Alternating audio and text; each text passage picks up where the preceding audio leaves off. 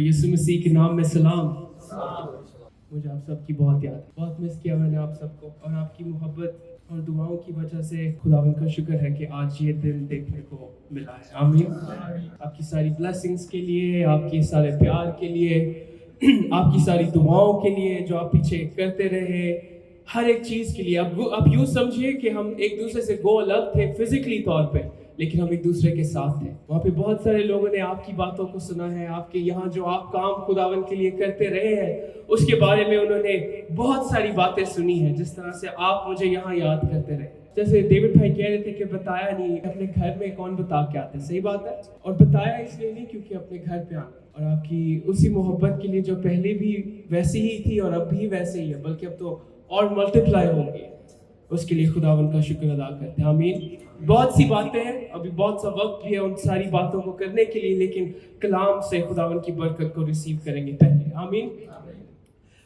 جو کلام خداوند کا آج میں آپ کے ساتھ بانٹنا چاہتا ہوں، یہ وہ کلام ہے جس کے بارے میں میں نے کئی بار سوچا، کئی بار اس کو دہرایا اپنے دل میں، اور پھر جا کر میں سمجھتا ہوں کہ ابھی بھی آج بھی جب میں اسے دوبارہ دیکھ رہا تھا تو ایسے لگا کہ جیسے ابھی بھی کچھ باتیں ہیں جو ابھی بھی میں سیکھ رہا ہوں، لیکن جتنا میں سیکھ چکا ہوں میں چاہتا ہوں کہ آپ اور میں اس برکت کو ضرور آپس میں بانٹیں، تاکہ جو میں نے سمجھا ہے وہ آپ بھی سمجھ سکے۔ آمین۔ تو خداوند سے جو ہم نے دعا کی ہے وہ یہ ہے کہ خداوند ہمارے دلوں کو اور ہمارے ذہنوں کو کھولے، جیسے کہ بھائی کہہ رہے تھے کہ ہل وہ چلاتا ہے اور بلکہ بیج بونے کا بھی کام اسی کا روح ہی کرتا ہے۔ آمین۔ میرے وہ سب الفاظ جو میں تیار کر کے لایا ہوں وہ ان مچھلیوں اور روٹیوں کی طرح ہے، وہ ان دو دمڑیوں کی طرح ہے جو اگر آج ہم خداوند کے سامنے رکھ دیں، اگر میں رکھ دوں تو خداوند ہی انہیں برکت دے سکتا ہے۔ آمین۔ میں نہیں جانتا کہ آپ کو کس کلام کی ضرورت ہے، نہیں جانتا کہ کس بات سے خداوند آج آپ کو برکت دینا چاہتا ہے، پر میں اس بات میں ایمان رکھنا چاہتا ہوں کہ اگر ہم کلام کو کھولیں اور پڑھیں تو اس میں جو بھی ہم پڑھیں اور ہمارے اندر جو خدا کا روح بسا ہے وہ ہمیں گائیڈ کر کے اس پوائنٹ تک لے کر جائے گا، اس بات کو سمجھنے کے لیے جس بات کو آپ کو اور مجھے سمجھنے کی ضرورت ہے۔ اگر آپ ایمان رکھتے ہیں تو کہیے آمین۔ آمین۔ چلیے جی، خداوند کے کلام میں چاہتا ہوں کہ آپ میرے ساتھ لوکا رسول کی معرفت لکھی گئی انجیل اور اس کا 15واں باب میرے ساتھ کھولیے۔ آج کا جو عنوان ہے وہ ہے دو کھوئے ہوئے بیٹے۔ یہ ایک ایسی تمثیل ہے جو یسوع مسیح نے بانٹی، جو کہ آپ نے سنی ہوگی، لیکن میں چاہتا ہوں کہ آج اس کو آپ ایک نئے انداز سے، ایک کھلے ہوئے ذہن کے ساتھ اس کو پڑھنے کی کوشش کیجئے اور ذرا جائزہ کیجئے کہ اگر اس بات کو یوں دیکھا جائے تو کیا یہ خداوند کے دل کو عیاں کرتی ہے ہم پر، کیا اس سے ہمیں خدا کے دل کی بات اور سمجھ آتی ہے یا نہیں۔ اور اس بات پہ ہم کوشش کریں گے کہ آسمان کی بادشاہی کا پیغام جو یسوع مسیح لے کر آیا تھا، ہر بات جو یسوع مسیح کی جو آسمان کی بادشاہی کے تعلق سے ہوتی تھی، میں چاہتا ہوں کہ ہم اس بادشاہی کو اور سمجھ سکیں اس تمثیل کے وسیلے سے۔ آمین۔ تو تھوڑی دیر کے لیے جتنا کچھ آپ جانتے ہیں، کیونکہ ظاہر ہم پڑھیں گے، یہ بات آپ نے پہلے بھی پڑھی ہے، آپ نے باقی پیسٹر سے سنی ہوگی، کلام یہ خداوند کا وہی ہے جو ہم نے پہلے بھی پڑھا۔ تھوڑی دیر کے لیے جو کچھ ہم جانتے ہیں اسے ایک جگہ پہ رکھ کر اسے ایک نئے انداز سے پڑھیں گے۔ آمین۔ یوں کہ جیسے ہم پہلی بار پڑھ رہے ہیں، تاکہ ہمیں نئی برکت ریسیو ہو سکے۔ آمین۔ چلیں جی، خداوند کے کلام میں لوکا 15واں باب پہلی آیت سو لکھا ہے کہ جب سب وصول لینے والے اور گنہگار اس کے پاس آتے تھے تاکہ اس کی باتیں سنیں، اور فریسی اور فقیہ بڑبڑا کر کہنے لگے کہ یہ آدمی گنہگاروں سے ملتا اور ان کے ساتھ کیا کرتا ہے۔ اوکے، تیسری آیت، اس نے ان سے یہ تمثیل کہی کہ تم میں کون ایسا آدمی ہے جس کے پاس 100 بھیڑیں ہو اور ان میں سے ایک کھو جائے تو 99 کو بیابان میں چھوڑ کر اس کھوئی ہوئی کو جب تک مل نہ جائے ڈھونڈتا نہ رہے۔ سو خداوند نے یہ تمثیل میں یہ بات کی۔ 11ویں آیت پر ذرا غور کریں، لکھا ہے کہ پھر اس نے کہا کہ کسی شخص کے 2 بیٹے تھے۔ کتنے؟